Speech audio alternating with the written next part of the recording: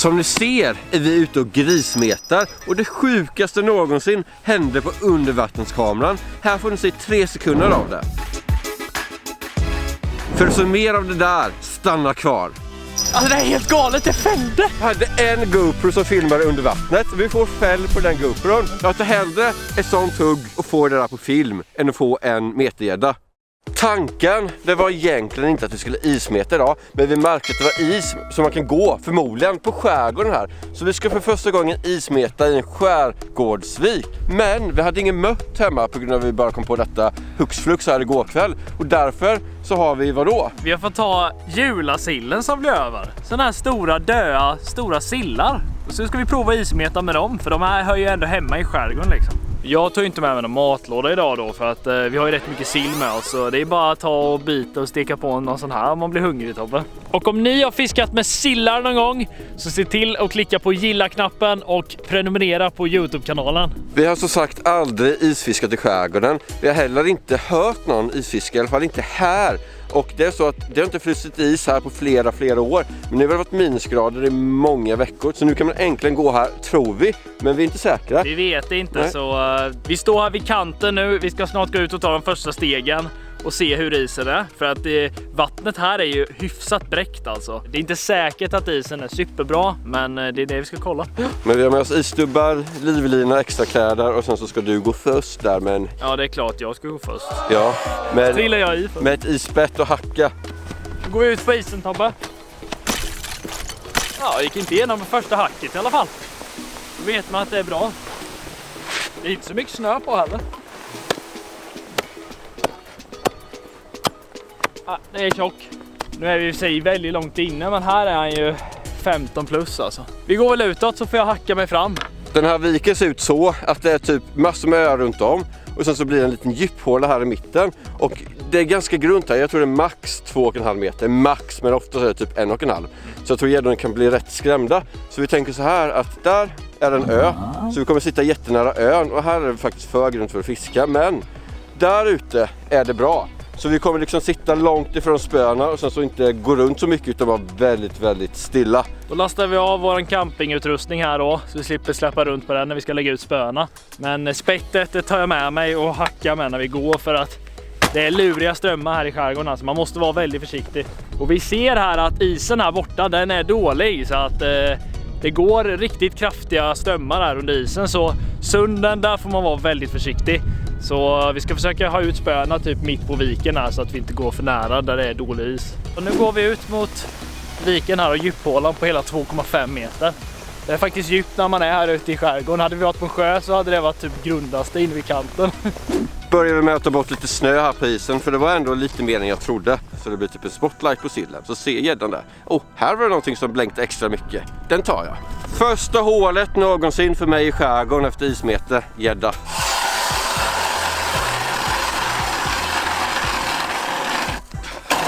Och det är tjockt. Man ser ändå att isen är inte riktigt som på sjöar. Alltså den är lite mer så här mosig och porös.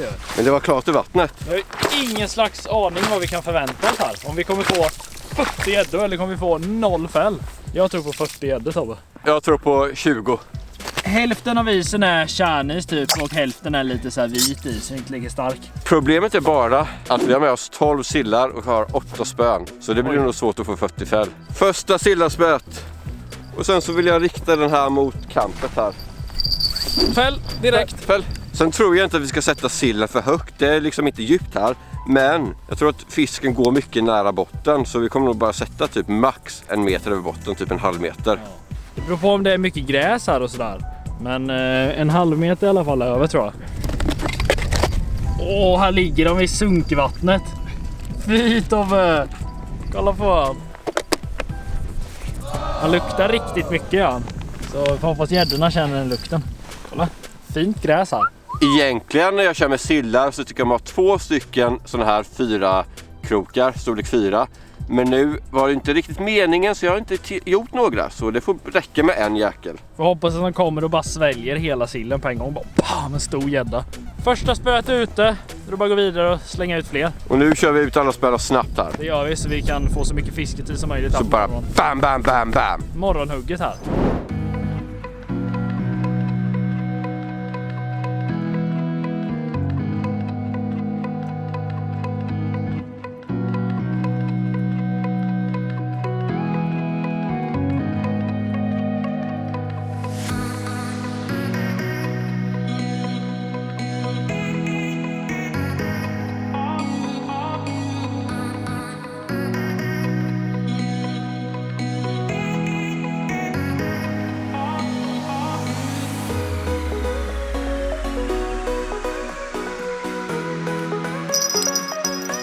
Alltså det är helt galet, det fällde! Det fällde!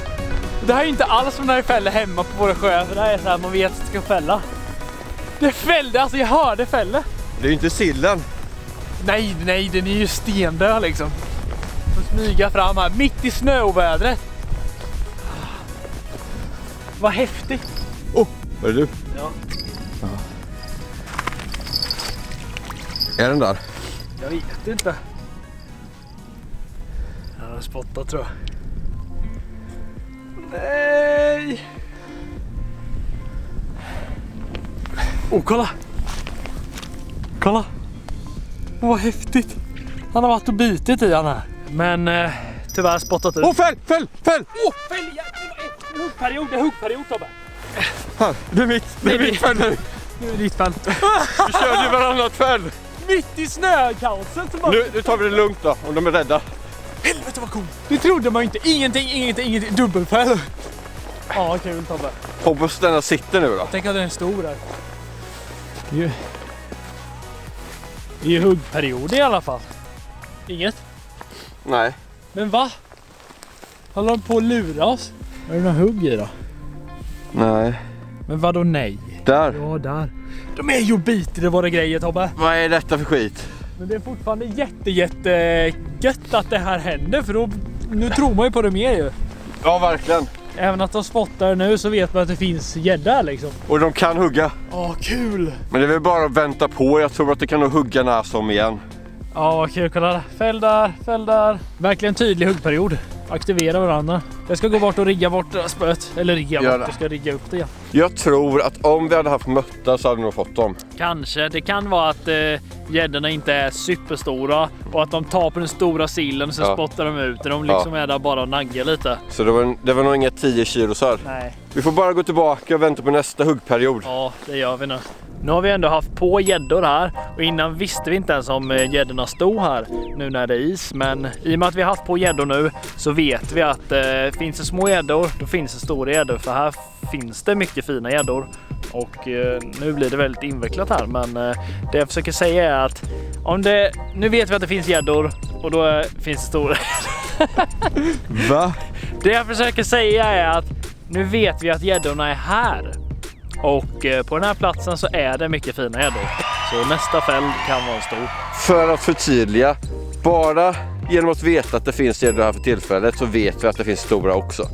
Är ni trötta på vintern och vill ha vårfiske redan nu? Ja, det finns inte så mycket som ni kan göra, men ni kan förbereda inför vårfisket genom att gå in och kolla in vår webbshop. Och där finns det allt möjligt som ni behöver ha till vårfisket och som ni kan pimpa upp era fiskelådor med.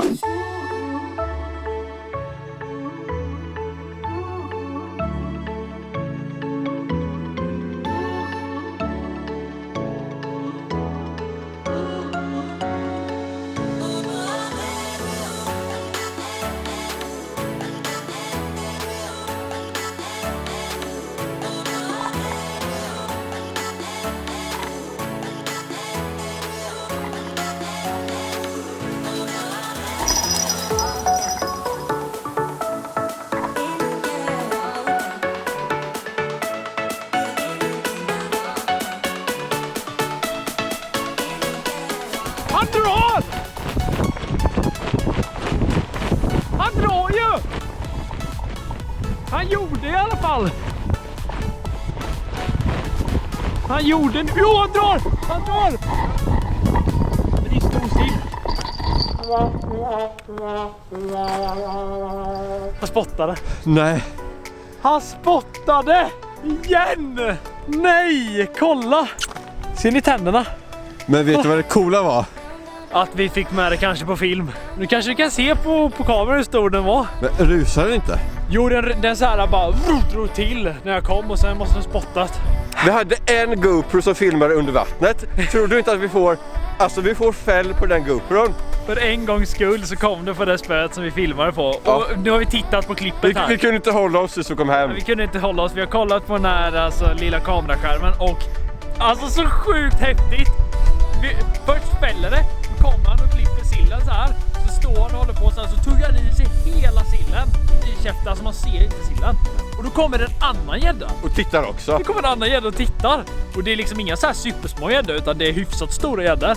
Och sen när jag och Tobbe kommer mot spöet här, då blir typ gäddan rädd eller någonting och bara spotta ut sillen precis innan jag börjar veva, ser man. Och det hade verkligen hela sillen nu. Ja, den syntes inte. Nej, ja, det var lite av stjärten som syntes. Det var så sjukt häftigt att få på film. Det där tycker jag förtjänar en tumme upp.